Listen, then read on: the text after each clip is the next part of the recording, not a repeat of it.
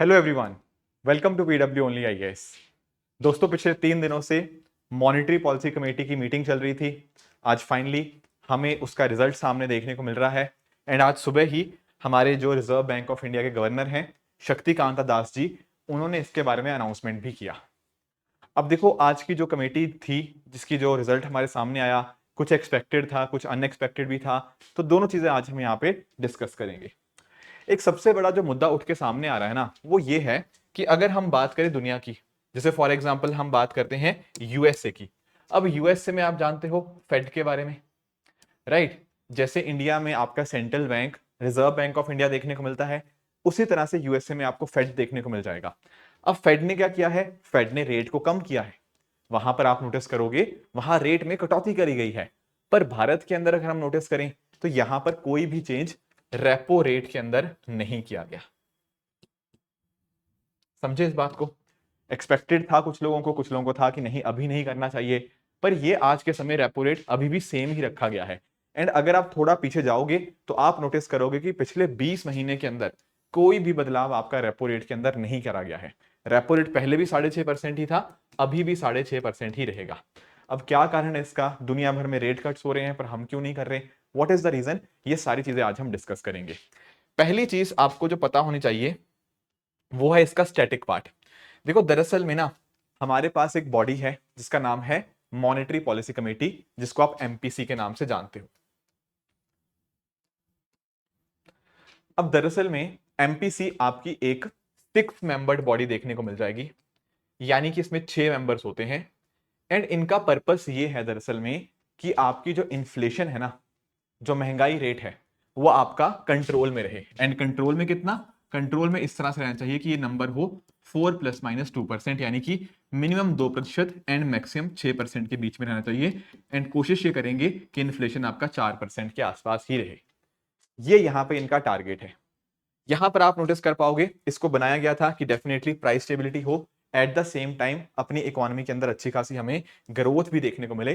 That was the focus of creating monetary policy committee.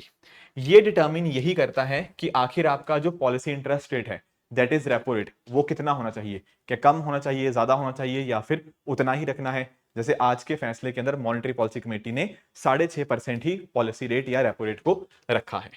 अब एक दो पॉइंटर्स जो आपको और जानने चाहिए, इसको दरअसल में बनाया गया था 2016 के अंदर। उस समय ना एक कमेटी बनी थी, उर्जित पटेल कमेटी। बाद में जाके वो आरबीआई के गवर्नर भी बनते हैं, ठीक है? तो उनकी अध्यक्षता के अंतर्गत एक कमेटी बनी थी। उस कमेटी ने रिकमेंड किया कि हमारे पास एक मल्टी मेंबर्ड बॉडी होनी चाहिए जो कि आपके रेपो रेट को डिटरमिन करेगी। एंड इसी वजह से यहाँ पे एमपीसी को यहाँ पे बनाया गया।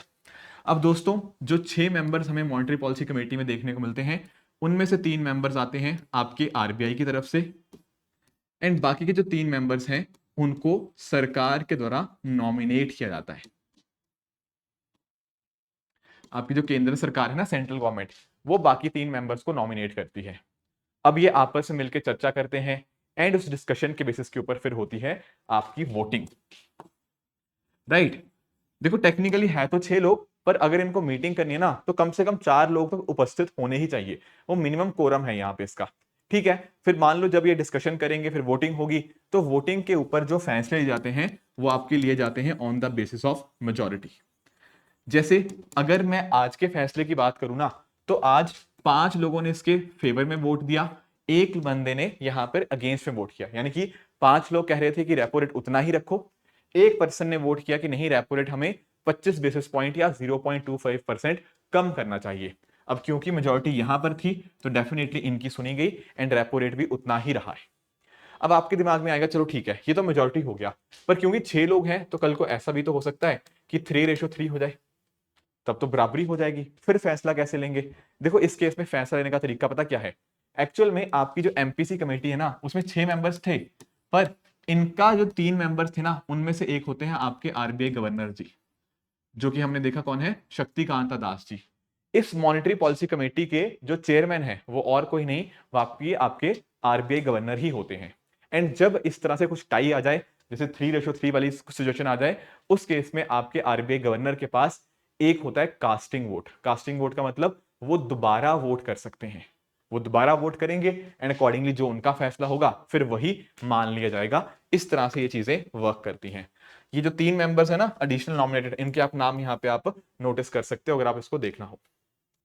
ठीक है, बाकी डेफिनेटली मॉनेटरी पॉलिसी कमेटी के पीछे जो आपका जो आरबीआई एक्ट है उसको अमेंड किया गया था, जिसके माध्यम से आपकी मॉनेटरी पॉलिसी कमेटी बनाई गई। ये तो सारी बातें होगी एमपीसी के बारे में। अब आपका जो डाउट था कि आखिर यहां पे रेपो रेट को आज के समय कम क्यों नहीं किया गया मॉनेटरी पॉलिसी कमेटी के द्वारा। देखो, वैसे तो अगर हम बात करें ना तो भारत में सिचुएशन काफी हद तक ठीक है। काफी हद तक ठीक होने का मतलब, पहली चीज आप नोटिस करो, महंगाई आज के समय भारत में कंट्रोल में है काफी हद तक, 4-4.5% के आसपास चल रही है, which is a decent number. And even अगर हम बात करें, हमारा एग्रीकल्चर भी अच्छा हुआ है। इस साल जो बारिश पड़ी है वो भी सही पड़ी है, तो बारिशों की कोई दिक्कत नहीं हुई है, जिस वजह से महंगाई थोड़ी सी कंट्रोल में है। पर फिर भी हमने थोड़ा सा यहां पर एक कॉशियस अप्रोच अपनाई है। किस तरह से कॉशियस, मैं आपको 2-3 रीजन बताता हूं। पहली बात यह है ना कि आने वाला जो मंथ्स है, जैसे आपके अभी जो टाइम निकला है और जो आने वाले मंथ्स हैं, उनमें हमें देखने को मिल सकता है कि आपकी जो महंगाई है या इन्फ्लेशन का जो नंबर है वो इंक्रीज हो। मैं आपको एक्सप्लेन करता हूं। इन्फ्लेशन एक तो पहली बात है कि हम आने वाले महीनों में बढ़ती हुई देखने को मिल सकती है। 2-3 कारण है कि क्यों हमें लगता है महंगाई बढ़ेगी। पहला कारण पता क्या है?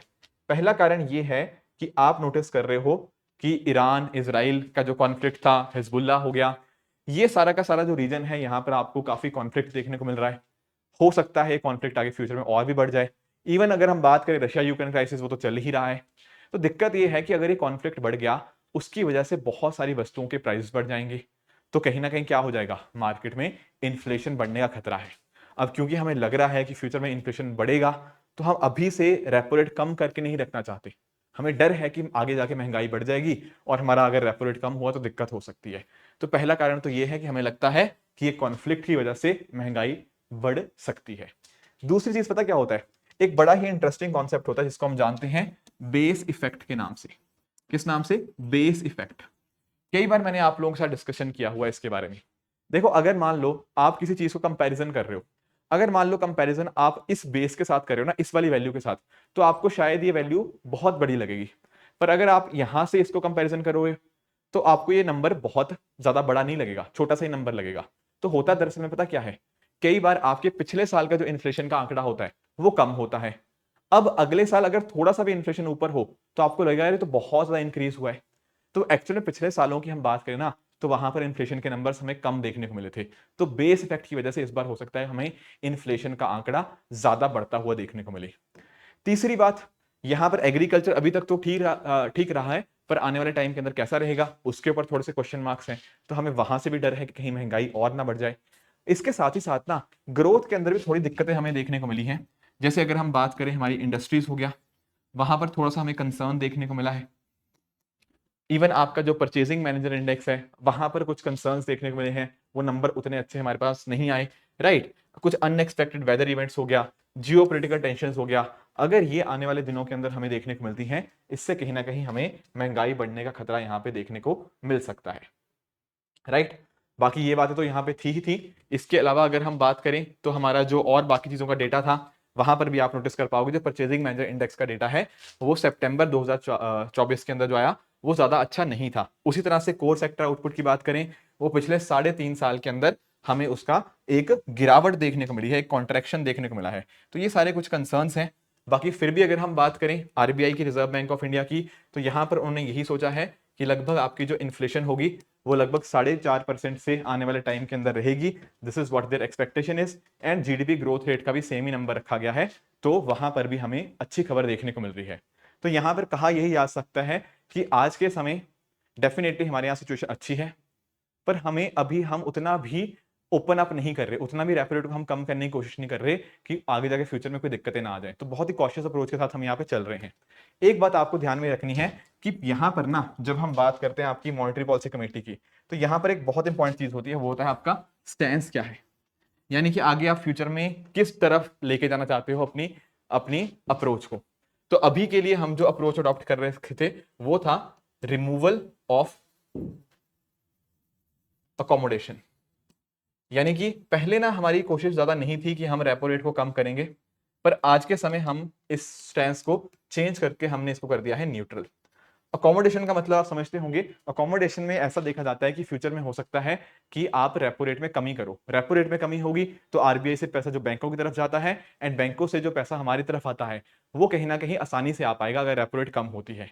तो पहले हमारी कोशिश थी इसके against removal of adoption accommodation की, तो यानी कि हो सकता था इंटरेस्ट रेट इंक्रीज हो, पर अब हम वहां से हटके अब हम न्यूट्रल अप्रोच के ऊपर आ चुके हैं। एंड ऐसा भी लोगों के द्वारा एक्सपेक्ट किया जा रहा है कि जब अगली बार यहाँ पे एमपीसी मीट होगी ना तो शायद हमें अच्छा खासा उसमें एक रिडक्शन देखने को मिलेगा in terms of repo rate.